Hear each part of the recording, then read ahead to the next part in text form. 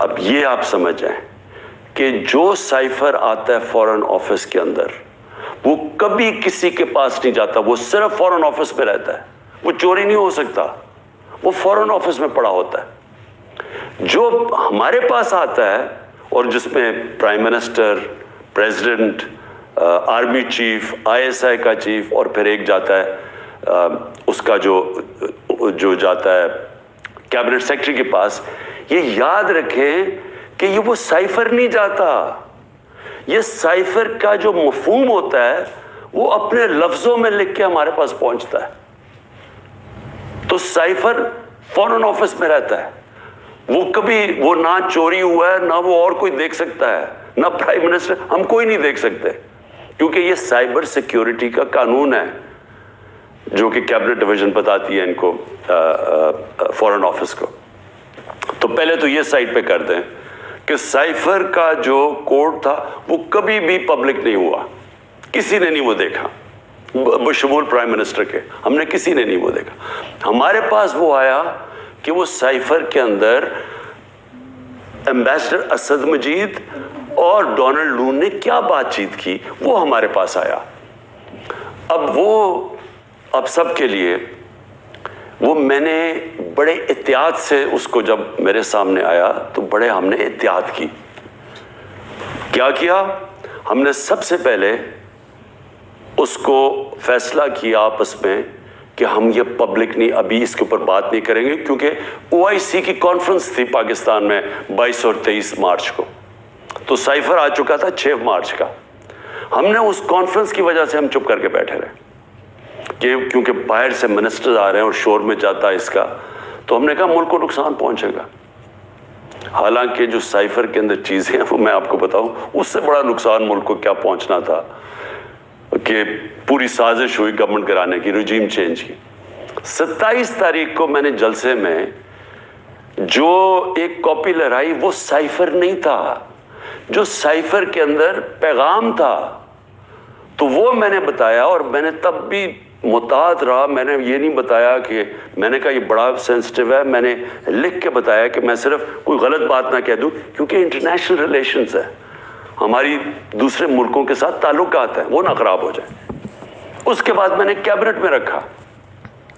Cabinet کے سارے members کو بتایا گیا کہ یہ سائفر آیا ہے, اور یہ سمجھ لیں کہ یہ کتنی بڑی اس ملک سے, میں سمجھتا ہوں کہ یہ کتنی بڑی ملک کی توہین ہوئی کہ ایک باہر کا ایک آفیشل وہ پاکستان کے ایمبیسڈر کو کہہ رہا ہے کہ اپنے پرائم منسٹر کو اگر تم نے نہ ہٹایا, ووٹ آف نو کانفیڈنس, جو پھر سے میں یاد کرا دوں کہ ابھی آئی نہیں تھی, تو پاکستان کے لیے مشکلات ہوں گی, اور اگر اس کو ہٹا دیا تو سب کچھ معاف ہو جائے گا. یہ تھا سائفر میں. اور جو ایمبیسڈر تھے, پھر سے میں آپ کو بتا دوں, اسد مجید, انہوں نے لکھا اس میں کہ میرے خیال میں تمہیں اس کے امریکہ کے خلاف ان کو پروٹیسٹ کرنا چاہیے, ڈیمارش کرنا چاہیے کہ یہ کبھی اس طرح کی زبان استعمال نہیں ہوتی, ایسی دھمکی نہیں دی جاتی. میں پہلے کیبنٹ میں رکھتا ہوں, پھر 28 مارچ کو نیشنل سیکیورٹی کاؤنسل میں رکھتا ہوں, اور وہ نیشنل سیکیورٹی کاؤنسل میں سارے سروس چیف ہوتے ہیں. جنرل باجوہ تھے وہاں, ایئر چیف تھے ادھر, نیوی کے چیف تھے, جوائنٹ چیف آف سٹاف تھے, ہمارے ساری کیبنٹ کے سینئر ممبرز تھے, فورن آفس کے سیکرٹری بیٹھے ہوئے تھے. اور اس میں کیا فیصلہ ہوتا ہے کہ ہمیں جس طرح ایمبیسڈر اسد مجید نے ریکمینڈ کیا, ہمیں ڈیمارش کرنا چاہیے, ہمیں امریکہ کو پروٹیسٹ کرنا چاہیے کہ یہ آپ نے ہمارے اندرونی معاملات میں مداخلت کی. تو جب وہ اس میں آ گیا نیشنل سیکیورٹی کاؤنسل میں اور ڈیمارش کر دی, تو جو اس کی جو سائفر کے اندر چیزیں لکھی ہوئی تو وہ تو پبلک ہو گئی, کیونکہ جب آپ نے پبلک ایک سٹیٹمنٹ دے دی کہ کہہ دیا کہ ہم نے اس کی کیا, تو وہ تو سیکرٹ تو نہ رہا وہ, کیونکہ ڈیمارش نے آپ نے کس پہ, تو یہ چیزیں سامنے آ گئی نیشنل سیکیورٹی کاؤنسل میں, اور کیبنٹ میں بھی ڈسکس ہو گئی. اس کے بعد پارلیمنٹ کے اندر ہم نے ان کیمرہ سارے اپوزیشن لیڈرز کو بلایا کہ آپ کو پتہ ہونا چاہیے کہ کس طرح کی پاکستان میں توہین ہوئی. سارے اپوزیشن لیڈرز نے منع کر دیا جانے کا، کیونکہ یہ سارے حصہ تھے اس سازش کے. میں کوشش کر رہا ہوں کہ سارے ملک کو بتاؤ کہ قوم کی کتنی توہین ہوئی ہے، یہ منع کر دیتے ہیں.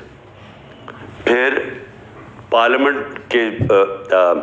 پارلیمنٹ سے جو اسپیکر ہوتے ہیں وہ چیف جسٹس آف پاکستان کو بھیجتے ہیں، اور میں بھی انہیں کہتا ہوں کہ اس کے اوپر انکوائری کریں کہ یہ جو مداخلت ہوئی ہے اس کے اندر پتہ تو چلے کہ یہ ہوا کیا، کتنی بڑی سازش ہوئی ہے کہ سٹی گورنمنٹ کے اوپر، الیکٹڈ پرائم منسٹر کے اوپر دھمکی ملتی ہے، اور پھر اس کے گورنمنٹ گرانے کی پوری تیاریاں شروع ہو جاتی ہیں، لوگ بھاگنا شروع ہو جاتے ہیں، ایلائز چلے جاتے ہیں. اور یہ پیغام کس کو تھا؟ مجھے تو پتا تھا پیغام کس کو ہے، جنرل باجوہ کے لیے پیغام دیا گیا تھا، کیونکہ اسی کے پاس پاور تھی نا گورنمنٹ گرانے کی، باقی تو کوئی پرائم منسٹر کو نہیں ہٹا سکتا تھا. تو اس کے بعد جب یہ، اور پھر کیبنٹ کے اندر ہم نے اس کو ڈی کلاسیفائی بھی کر دیا. تو مجھے ابھی تک یہ نہیں سمجھ آ رہی کہ ایف آئی اے چاہتی کیا ہے، کہ جب سائفر تو سیف، جس طرح ثناء اللہ نے کہا وہ فورن آفس میں پڑا ہے، وہ تو اس کے اوپر تو اس کا تو کسی کو پتہ ہی نہیں ہے جو سائفر کی کوڈ ہے. ہمارے پاس جو جس کو پیرافریز کہتے ہیں انگریزی میں لفظ، ہمارے پاس جو آتا ہے وہ تو اس کا مفہوم آیا تھا، اور وہ جا کے نیشنل سیکورٹی کاؤنسل اور کیبنٹ میں جب رکھا اور بعد میں ڈی کلاسیفائی بھی کر دیا، تو وہ تو پھر ایک سیکرٹ ڈاکیومنٹ نہیں رہا. اب اصل چیز پہ آ جائیں کہ کیا کسی ملک میں کوئی بتا سکتا ہے، ہمارا تو 25 کروڑ کی آبادی ہے، کسی 50 لاکھ کی آبادی، چھوٹے چھوٹے نیوزی لینڈ جیسے شہر، چھوٹے سے یعنی ملک، اور کتنے ہیں ایسے، ہالینڈ ہیں، چھوٹے چھوٹے شہر ہیں، چھوٹی چھوٹی آبادی ہے.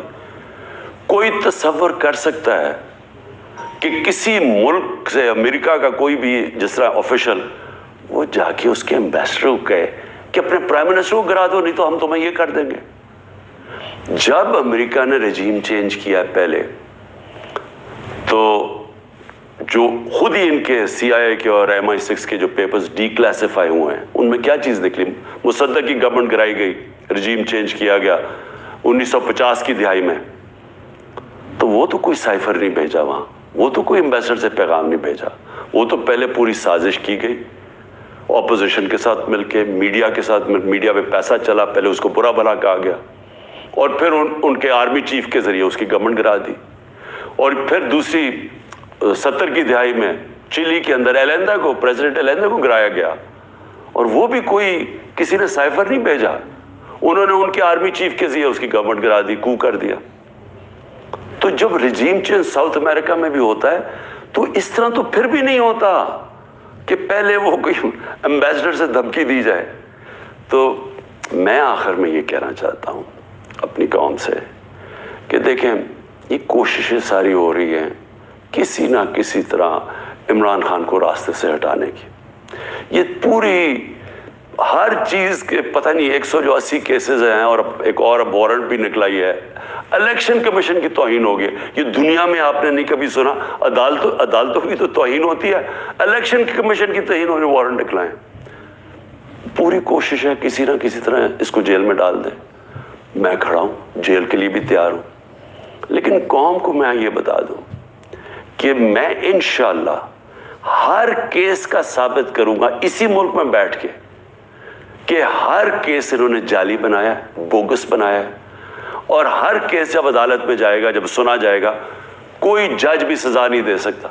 پورا کیس سن کے، کیونکہ یہ سارے جعلی کیسز ہیں. اور اس کا مقصد اس ملک میں انصاف نہیں لانا، اس ملک میں انصاف کی قبر کھودنی ہے، تاکہ کسی طرح جنگل کا قانون جو طاقتور ہے وہ کسی طرح اس ملک کی جمہوریت بھی ختم کر دے، وہ طاقتور اس ملک کی عوام کی آواز ختم کر دے، وہ اس ملک کی سب سے بڑی پارٹی کو کسی طرح ختم کر دے، اور کسی نہ کسی طرح یہ چوروں کا ٹولہ جو 30 سال سے ملک کو لوٹ رہا ہے، کسی نہ کسی طرح اس کو پھر اوپر بٹھا دے. یہ ہے ساری کے. پاکستان زندہ باد.